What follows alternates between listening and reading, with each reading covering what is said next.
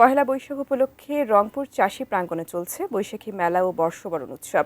এ বিষয়ে বিস্তারিত জানাচ্ছেন সহকর্মী শাহরিয়ার মিম। মিম, আপনি নিশ্চয়ই সকাল থেকে রয়েছেন বর্ষবরণের উৎসবে। এই মুহূর্তে আসলে কি চলছে, কেমন চলছে রংপুরের বর্ষবরণ এবং বৈশাখী মেলা, বিস্তারিত জানাবেন। আপনাকে সহ এটিএন নিউজের সকলকে বৈশাখীর শুভেচ্ছা। এই মুহূর্তে রয়েছে এখানে যে বৈশাখী মেলা উদযাপন হচ্ছে এই প্রাঙ্গণে রয়েছে। আপনারা নিশ্চয়ই দেখতে পাচ্ছেন যে এই যে বৈশাখী মেলায় এখন কিন্তু সন্ধ্যা নাগাদ এখন আমরা দেখতে পাচ্ছি যে মানুষের এখানে কিন্তু অনেক উপস্থিতি। তারা কিন্তু এখানে এসেছেন, এখানে আসলে তারা এসে তাদের সন্তানদেরকে নিয়ে এসেছেন, পরিবারের প্রিয়জনদের নিয়ে এসেছেন। এখানে এসে তারা বিভিন্ন যে আমাদের হারিয়ে যাওয়া সংস্কৃতিগুলো থেকে যে বিভিন্ন যে এখানে পুতুল রয়েছে এবং এছাড়াও কিন্তু মাটির যে বিভিন্ন আসবাবপত্র রয়েছে এবং গহনা রয়েছে, এসব কিন্তু এখান থেকে কিন্তু তারা কিন্তু কিনছেন। এবং আমরা যদি একটু এই পর্যায়ে একটু কথা বলার চেষ্টা, এই আয়োজনে মূলত আপনারা আসলে কি কি রাখার চেষ্টা করেছেন বা কি মেসেজ দিকে যাচ্ছেন?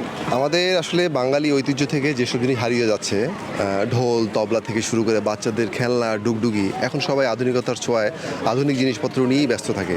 তো বাঙালি ঐতিহ্য সম্পৃক্ত সেই জিনিসগুলো হারিয়ে যাওয়া সংস্কৃতিগুলোকে আমরা তুলে নিয়ে এসেছি। এবং আমাদের এখানে আজকে একটা সাংস্কৃতিক অনুষ্ঠানও হচ্ছে, যেই অনুষ্ঠানেও আমরা আসলে সব বাঙালি জিনিসপত্র, একতারা দোতারা হারমোনিয়াম তবলা ডুগডুগি এগুলো দিয়ে আসলে মূলত কনসার্টের আয়োজন করা হয়েছে।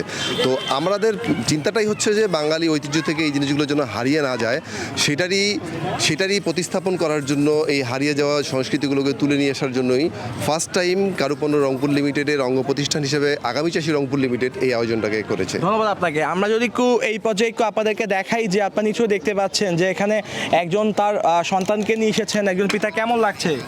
খুব ভালো লাগছে।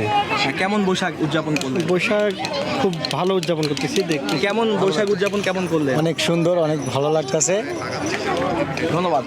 যদি আপনাদেরকে একটু দেখাই যে ঠিক এদিকটাতে কিন্তু সাংস্কৃতিক যে সেখানে যে তার পাশে যারা দর্শনার্থীরা রয়েছেন তারা কিন্তু এখানে এসেছেন। আর যদিও এখন একটু আগে মাগরিবে আযান হলো, এখন একটু বিরতি চলছে, এরপরে কিন্তু তাদের যে আনুষ্ঠানিকতা সেটি কিন্তু আরো চলবে। তো এই যে আগামী চাষী এই প্রাঙ্গণে আমরা দেখতে পাচ্ছি শত শত মানুষ, তারা এখানে কিন্তু পয়লা বৈশাখ বর্ষবরণ আয়োজন কিন্তু অংশগ্রহণ করেছেন। সাংস্কৃতিক যে তাদের যে আয়োজন, গান বাজনা তারা শুনছেন এবং এছাড়াও তারা কিন্তু কেনাকাটা করছেন এখান থেকে। সবকিছু মিলে রংপুরে যে বৈশাখী মেলা থেকে এই ছিল আমার কাছে সর্বশেষ।